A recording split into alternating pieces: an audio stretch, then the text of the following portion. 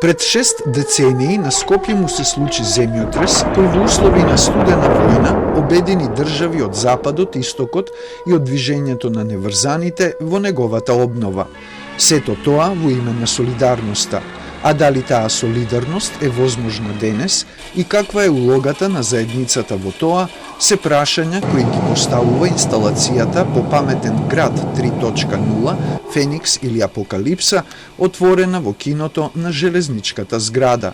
Инсталацијата вклучува објекти потпрени на стаклени тегли како символ за кршливоста, фотоколажи од архитектурата во постземјотресно Скопје, архивски филмови од тој период и монографии и други книги за земјотресот.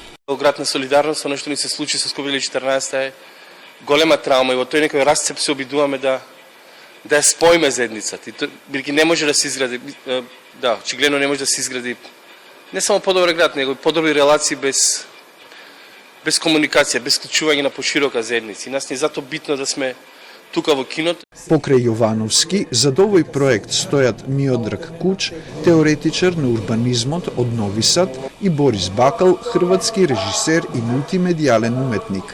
Бакал минатата година поставил слична изложба во Загреб, мотивиран од отсуството на солидарност од тамошната власт по земјотресите во 2020 и 2021 година. Скопје е ту био као некакво зрцало, gdje se to pokazalo da se može i drugačije. Jer u mnogim zemljama to ipak pada uvijek na lokalnu samoupravu.